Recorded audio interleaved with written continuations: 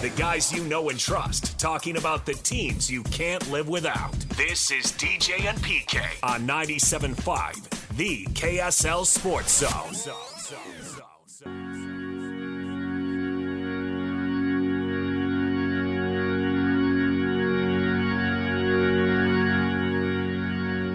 .97.5 KSL Sports Zone. DJ's off today. I'm PK. Riley Jensen sitting in. And we are going live to Paris, France, where I think it's about 10 minutes past 4 o'clock. Back there, Sam Farnsworth joining us. Did I get the right time? Almost. About 10 after 5. 10 after 5. 8 hours ahead. What we're going to do right now is, since you're in France, the rest of the interview is going to be in French. Riley Jensen, take it away. Sam, bienvenue à 1280 le zone. On est bien content de discuter les Jeux Olympiques à Paris avec toi. Bien. Je parle français un petit peu. J'ai étudié français pour 1 an maintenant avec Duolingo. All right, Look, I've been studying French with Duolingo. I'm getting there. I still struggle, but I'm getting there. That was not bad. I can tell you this, Sam. I know this. If you just try to speak like you did, you'll be well accepted by the French people, and they'll start speaking English to you. So that was great. I'll do my best. I've been timid. That was great. Be brave. Fortune favors the bold. You're right. So take us through what you're doing now in preparation. We still got 2 more days before opening ceremonies and all that. Yeah. So, I mean, we got in yesterday morning and just, I'm trying to power through the jet lag still. So yesterday we just stayed awake. We had plenty to do. We had to find out all of our, locations where we're going to be working from, where our live shot's going to be. And they've got all these extra roads closed off because up until opening ceremonies, there's a heightened level of security for that because the opening ceremonies are happening just right on the Seine River, right here in Paris. It's going to be something we've never seen before, where each nation, they come in on a boat on the Seine River instead of marching into a stadium. And so it's going to be something brand new. But as a result, we did a whole lot of walking around town yesterday, trying to figure things out and staying awake. And then, we're gonna blow up those opening ceremonies for sure. And but we'll actually already have a couple of events beginning before the opening ceremonies. Tomorrow we've got rugby and men's soccer playing, and we have locals on both of those rosters as well. So it's kind of cool that we get to hopefully see some of our local guys in the Olympics already day one. So what are you going to be focusing on individually? So tomorrow, rugby is going to be the first thing I go to. The United States rugby team will play 2 games tomorrow. They start against France, the host nation, and then they'll play Fiji. So not a couple of easy games. But and then Maka Onufe is our local guy. He went to Provo High School out of Provo, Utah. He's on the men's roster for the United States in that. So I'll be focusing on that. Then later in the evening, if it all works out, I'll be able to. The men's national team for soccer, they're playing like 8 hours south of Paris. So really, where's it at? Where is it? I can't remember. I just looked up the stadium and found out it was 8 hours away, and I was like, I'm probably not going to make it. But they open up against France as well, and Taylor Booth is on the roster. I don't know how much playing he'll do, but that's a kid from Eden, Utah, up there by Huntsville, Pineview Reservoir area. And he's on the Olympic roster for the men's soccer team too. So what blows me away is that here we are. Every Winter Olympics we talk about how much local connection we have with Utah to the Winter Games, and you can count up to like 80 to 90 athletes, whether they're from Utah or train in Utah. However the connection may be. So what surprises me, what kind of blows me away this time, is here in the Summer Games in Paris this year, we have a record 36 connections to Utah here at the games, 25 on the American national teams and 11 internationals in the competitions here. So this is really cool for us to be down here, to have so many local connections that we can try to hone in on while we're covering these games. So I just looked it up. They're playing in Marseille, which is a great town. what are some of the with the local stories? What's one that has stood out to you, or that you could highlight over the radio that is one to watch, or that one that is super interesting as far as resilience or overcoming to get there? Well, I'll tell you a couple of my favorites, and I don't know that they necessarily fall into I think resilience might be a good word for this. Everyone knows Jimmer's story, right? You go back to Jimmer Mania days at BYU and just how crazy the peak of Jimmer Mania all across the country was sweeping. I worked in Colorado at the time, and it was a hot topic out there even, right? And when he came and played the Air Force Academy, when he went out there for the NCAA tournament, and then obviously we all know his story, didn't work out in the NBA, went to China, and here he is suddenly back in the spotlight in a situation where I feel like they have a legit chance at taking home a gold medal. Jimmer Fredette winning a gold medal, what are we thinking about, 13-ish years since BYU? I don't think anyone would have had that on their bingo card, and so that's where I think maybe resilience. The guy has just been good at basketball for a long time. He's found ways to continue to progress his career, and suddenly he's representing the United States in 3-on-3 basketball, this is just the second Olympics that you have 3-on-3 hoops.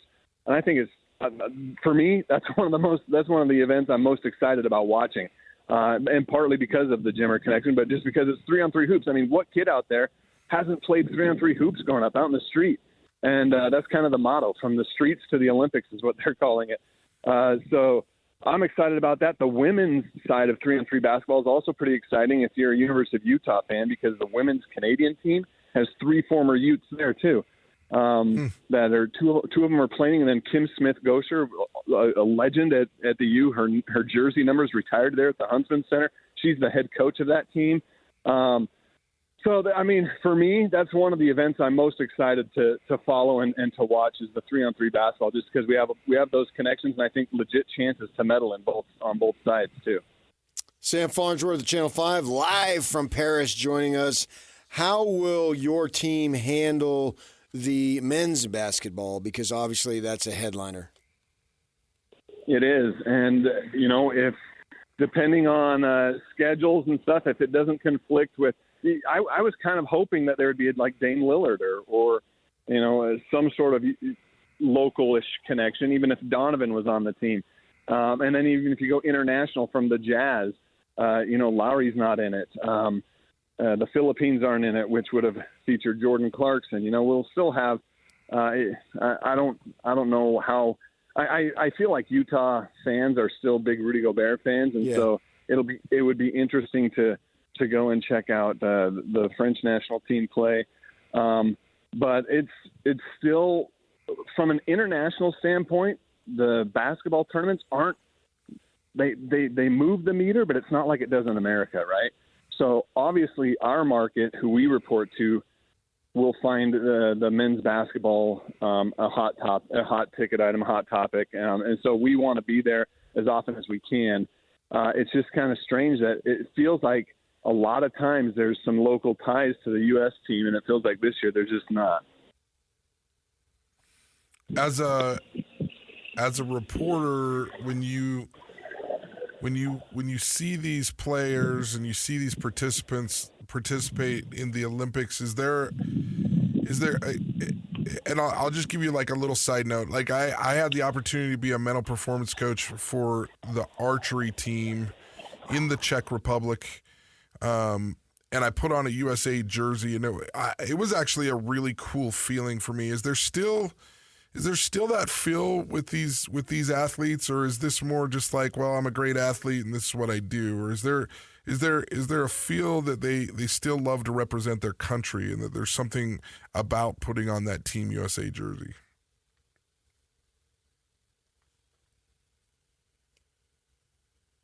And si vous voulez, je peux. Maybe it was too much English. Maybe the question took too long to ask. He's like, I'm done. I'm out. This guy took forever. Sorry, Sam. I would advise maybe getting to the point a little quicker. Yeah. I try to keep my questions under 10 seconds. Thanks. That's called piling on. That's called piling on, Patrick. What? You just piled on. I was already criticizing myself. A teaching moment. That's all it was, a teaching moment. I'm trying to help your mental performance. It's piling on. But sometimes I ramble on. I think we all do. You usually, when I ask a question, I can keep it. But if I precede it with a statement, it gets rambling. Sam, you are back. Back. Yes. I'm okay. All right. I thought it was my long question that I offended you, and you just like, I don't have time for this. Ask your question in a more succinct manner. I will. Do participants that you interview from the state of Utah, do they still take an amount of pride in putting on that Team USA jersey, or is this more about them individually than it is about the country? No, I think 100%. There's that level of pride that comes with representing your country, right? I mean, when you watch the Olympics, just as a fan or spectator from home, it's like suddenly you become super interested in events that otherwise you might not ever pay much attention to because there's that pride level that's connected to it. And I feel like athletes still feel the same, and especially when you start talking about professional athletes. We see it in basketball sometimes in the past. They've opted out because they feel like maybe their NBA career is more important than representing, the country. But I think that pride level has returned. You see the roster for the U.S. team in basketball, how loaded it is with the stars this time around. It's because they want to represent their country. And the athletes that I talk to from Utah, they feel the same. It's just one of those things. It's one of those once-in-a-lifetime opportunities that if you pass on, you just may never get that chance again. And they really work for it, and they want to be here and represent the country and hope to bring home a medal. I mean, the stories that come out of the Olympics, whether it's the athlete's background, where they came from to where they are now, or just what they've had to overcome to perform and succeed at the Olympic level, those stories are just unmatched. And I think that's why there's so much celebration even for like a bronze medal or a silver medal, right? There's just a lot of pride in being able to make it onto that podium. And I don't think that's been lost. Yeah, I think with the Australian team, you can get Joe Ingles, too. I think he's still beloved here.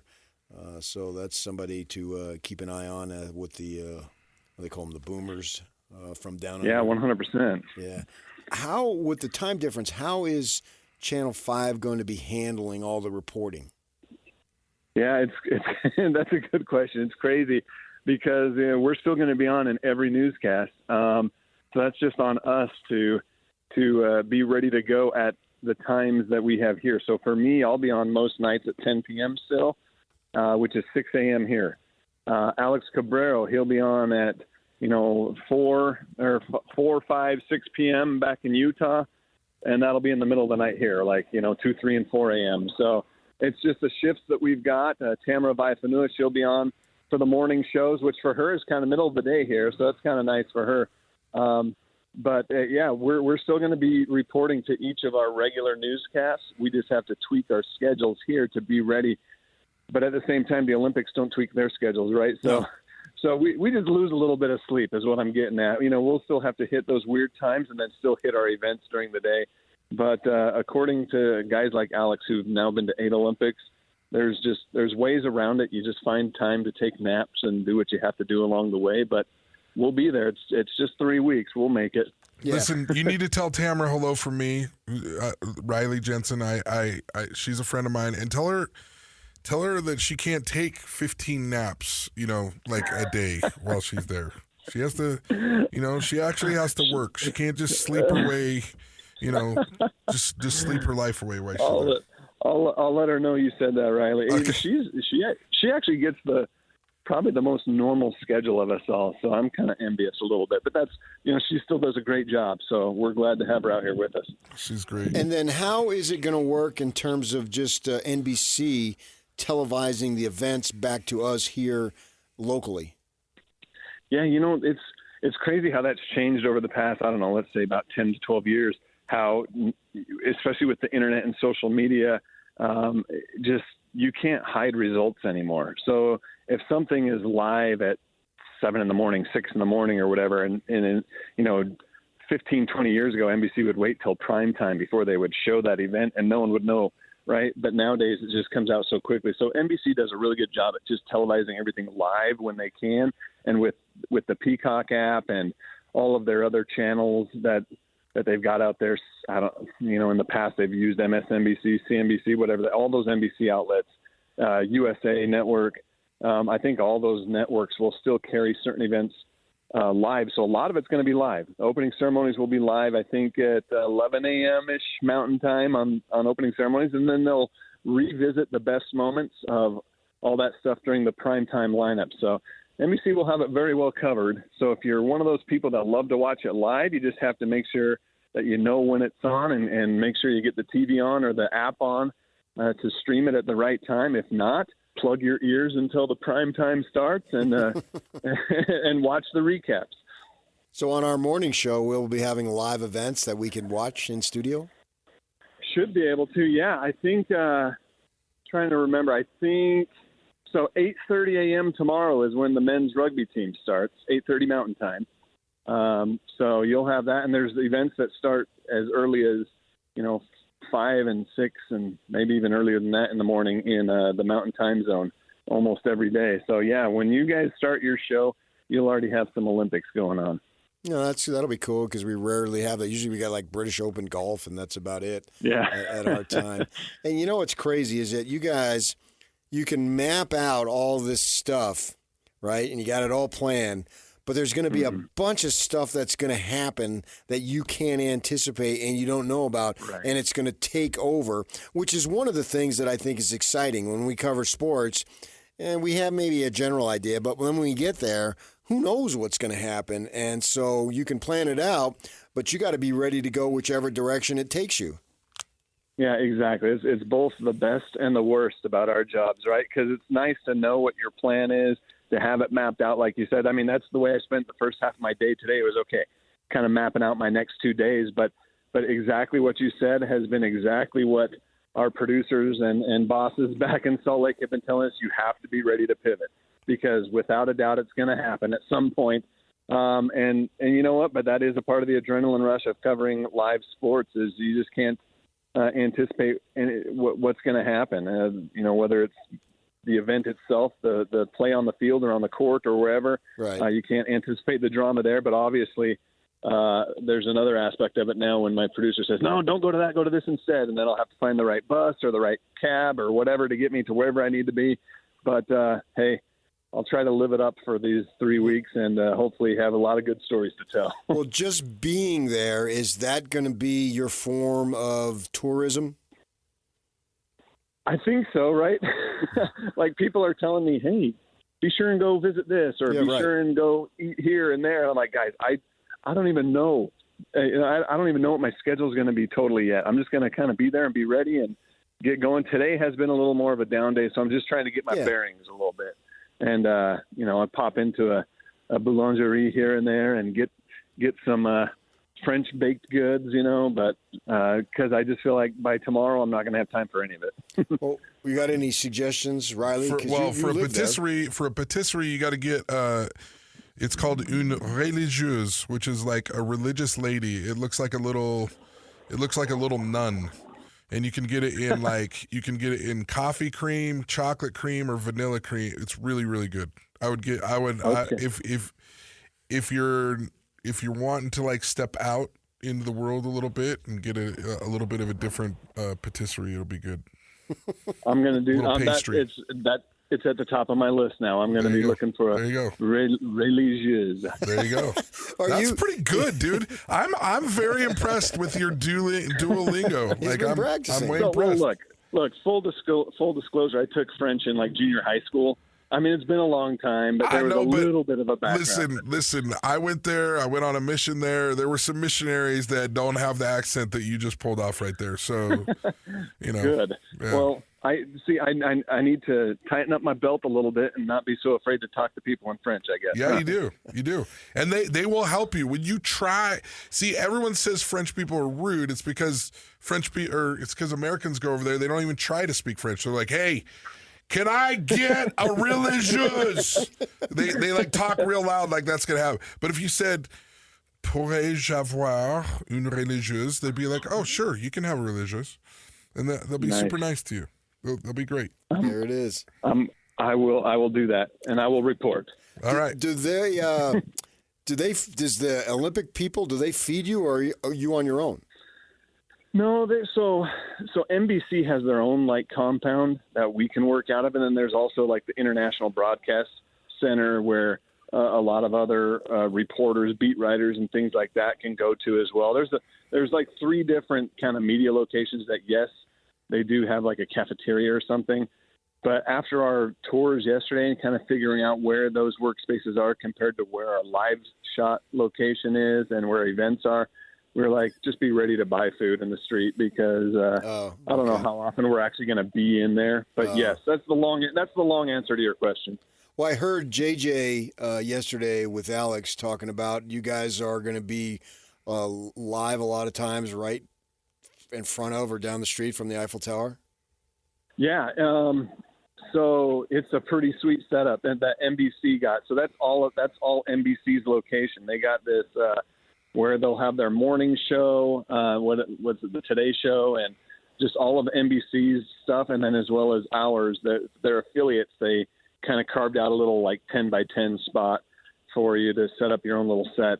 But yeah, it's just the Eiffel Tower is just directly behind us. I tweeted some pictures. You can check it out there on my Twitter, but it's a pretty awesome setup. We're pretty lucky. Very good. Anything else there, Mr. France, Riley Jensen? No, just enjoy it, man. I'm excited for you. I love the Summer Olympics. I love, obviously, track and field and swimming is interesting, even if there's not a Utah Flare. And I don't know. I wish I was there. I wish I was in Paris and Marseille watching the soccer game. I know, that would be cool to get to. That's just so far. But yeah, you know what? You can't wait. You can take the bullet train. They have a bullet train down there, and that'd be kind of a fun experience. Yeah, well, you know, maybe I'll have to do that then. We'll see. But what I was going to say though is I just can't wait till we get a couple of days in here, and then hopefully really start to feel like things are going, and there's a lot of great stories to talk about. So, well, we'll look forward to your coverage, Sam. Thanks a lot. All right, thanks, guys. All right, that's Sam Farnsworth live from Paris, France.